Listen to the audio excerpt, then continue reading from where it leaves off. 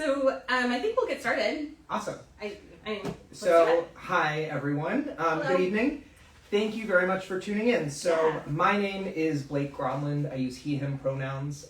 I am the prevention specialist and one of the sexual health counselors at the Washtenaw County Health Department.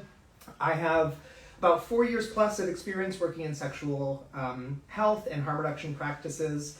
And so thanks for tuning in. Next to me is the star of the program and the brains behind this operation. It's Hope. Will you introduce yourself, Hope? Hi, yes. Hello, everyone. My name is Hope Delecke. I'm a nurse practitioner here at Washtenaw County Health Department. And I spent a lot of time actually last summer working on Mpox things. And so wanted to chat about it again today. Awesome. So, we're here to talk all things Mpox. Mm-hmm. So, what is it? Transmission, so how does it get from person to person?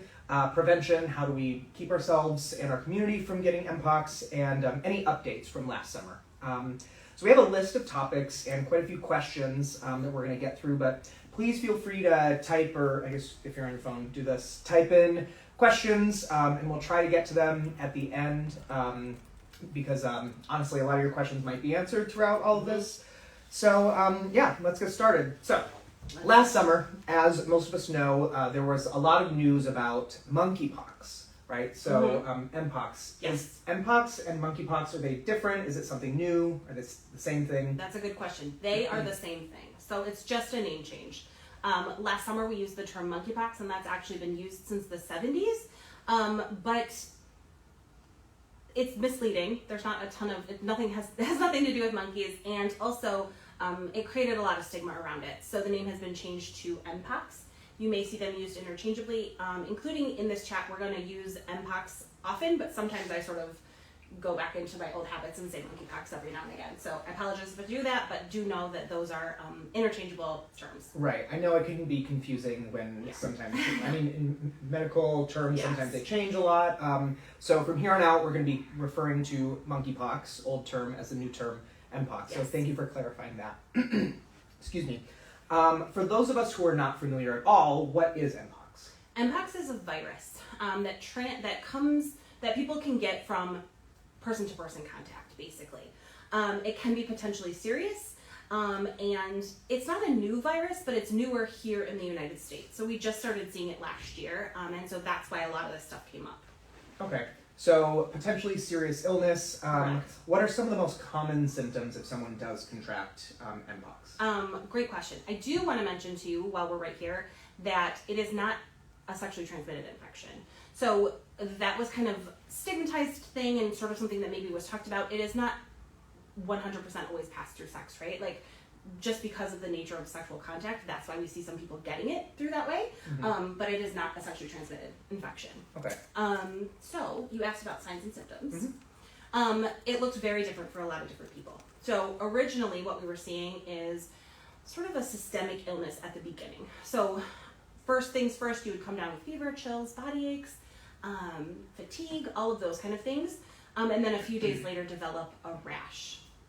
We have more recently seen things that do not involve that first part of like fever, chills, body aches, those kind of things, but there is always a rash. And I want to be clear that when I use the term rash, I know we all have like sort of a thought that comes to our mind, more like a poison ivy type rash or something like that. This is more like lesions, like sort of little dots that can pop up on your body. And that's, I think, what makes it kind of difficult sometimes, is because it's such a wide range of symptoms for people. Some people have a ton of them. Some people have them in very sensitive areas, genital areas, rectal area, those kind of things. And some people just have a couple here and there. And so it looks really, really different for every person. So it might be hard for like an individual who isn't super familiar to identify what exactly is this like specific Mpox rash. Yeah. Yep. Okay. That makes sense. Symptoms, we understand, potentially painful rash. Yes, that's a good point. Sometimes it's painful, sometimes it's itchy. So you may see some of those feelings as well with the rash. Okay, so how does one contract Mpox?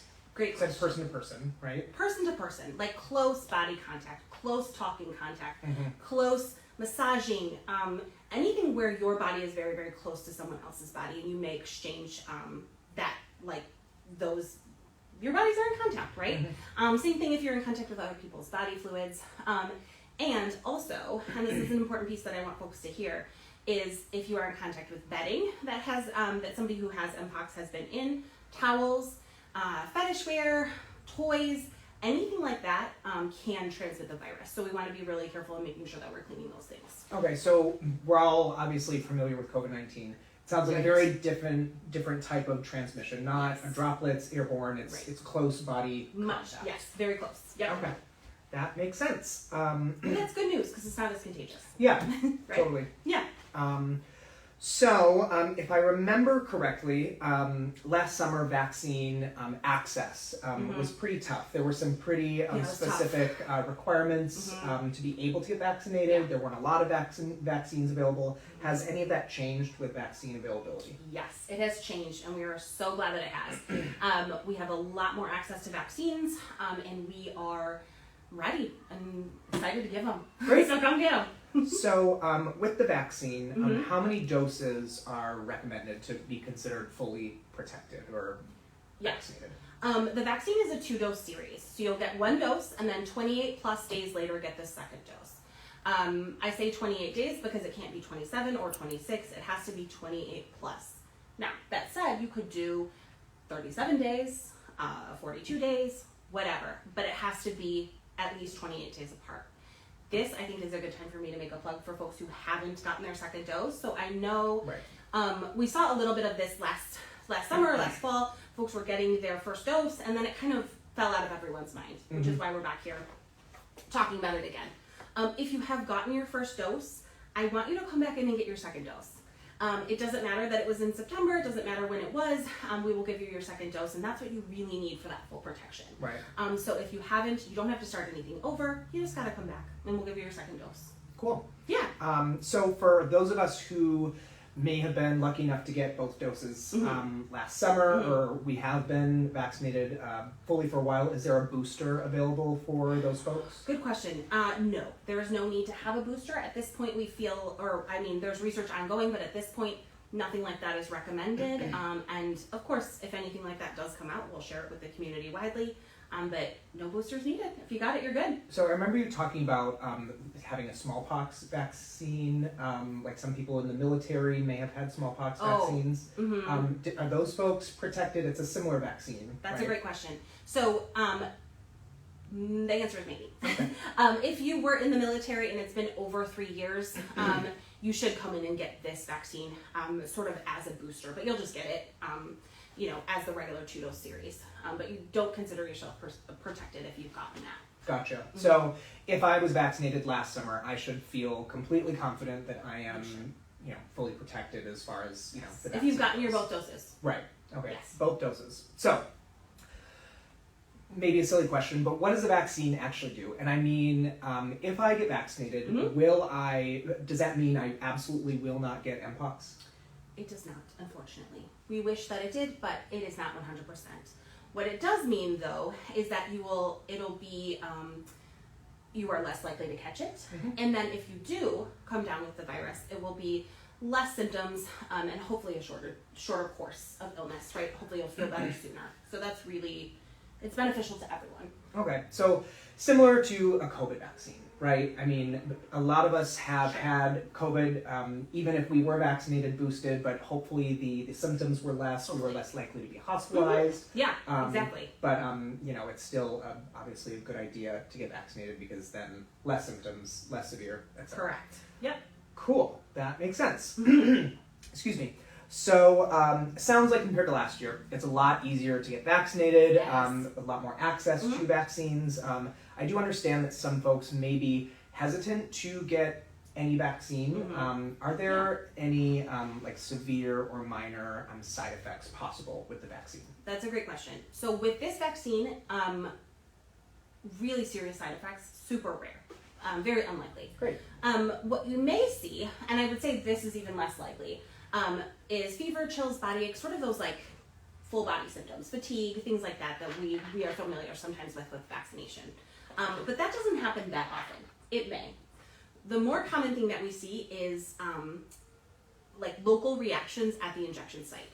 So either in the forearm area or behind the arm, sometimes we will see redness, itching, a little bit of swelling, sometimes heat, things like that at those sites. And that's pretty typical. And the thing is too, that I want people to know is it does last a little while. So we do see those symptoms lasting for a couple of weeks. And that's just a variation of normal. Of course, there will be some people who have absolutely nothing, but you may see those symptoms linger a little bit. Cool. The So local ones. not super likelihood of a severe reaction to the vaccine. Very unlikely. But like any vaccine, there is a possibility of Right. something happening. But so maybe some discomfort. So I'll talk about my experience. So when I got the both doses recently, actually, I had the first one here, the intradermal one, like Hope talked about on the arm. It was like a circular kind of raised thing, a little bit itchy, went away in like 2 weeks. When I got my second dose in the back of my arm, just a little soreness. So that was my own experience. I know, like we talked about, symptoms vary, but yeah, it was totally fine. And yes, they vary, but I would say that's a pretty typical discussion that I have with folks. I've heard that. Yeah. Totally.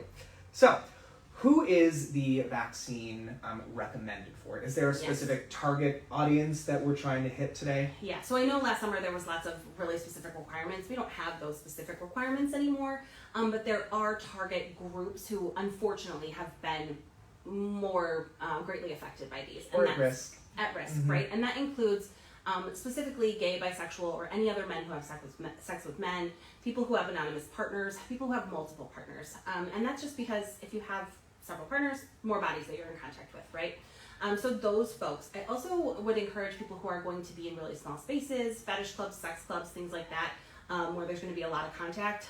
Definitely get yourself vaccinated if you haven't already. So it sounds like anyone who may be on the dating scene, maybe having multiple partners, could be a great idea for them to get vaccinated. Absolutely, yes.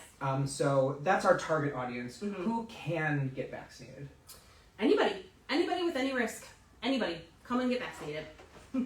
Great. We'll welcome you. And if you have questions about your risk, you can reach out to us as well. Yeah, I mean, when anyone walk through that comes in, we will assess risk and all that good stuff.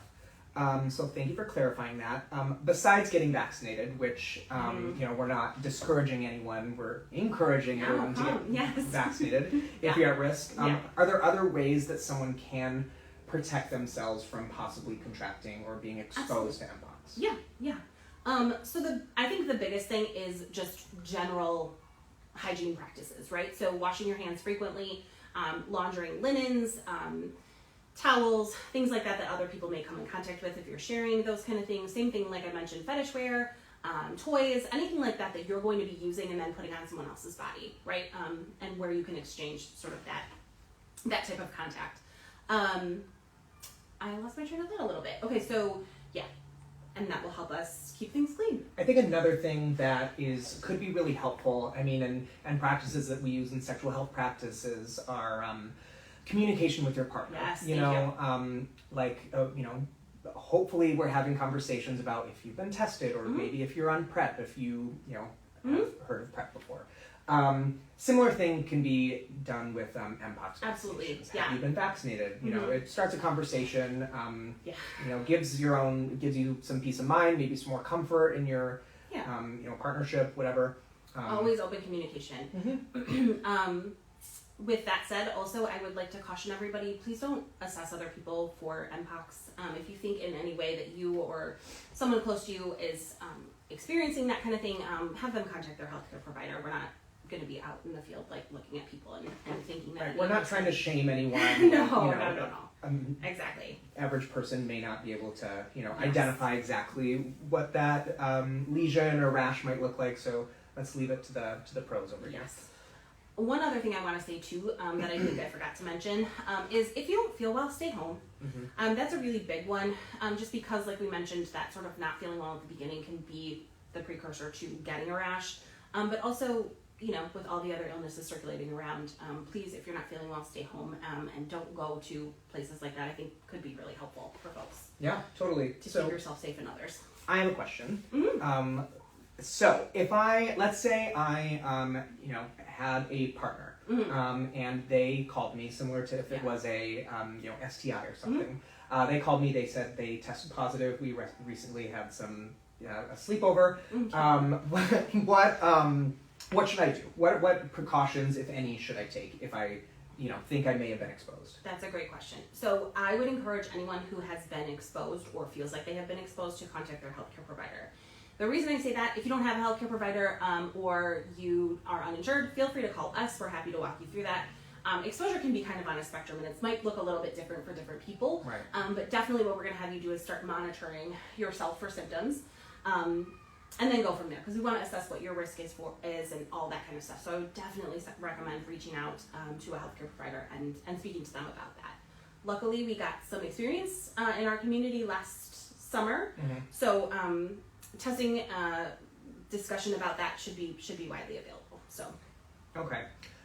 So if I was exposed, is there a way to test for it if I have it or not? That's a good question. So unfortunately, there is not. The only test that we do have a test for it, but the test for it is a swab of those lesions. So you have to have lesions in order to be tested. That said, the testing itself is pretty straightforward and easy. It's a little swab, and we would swab it over any lesions that you have or ones that we think look sort of like Mpox. Yeah, I mean, and it's generally not super painful, but again, it's a little bit of a swab, so something to think about. But testing also should be widely available in the community.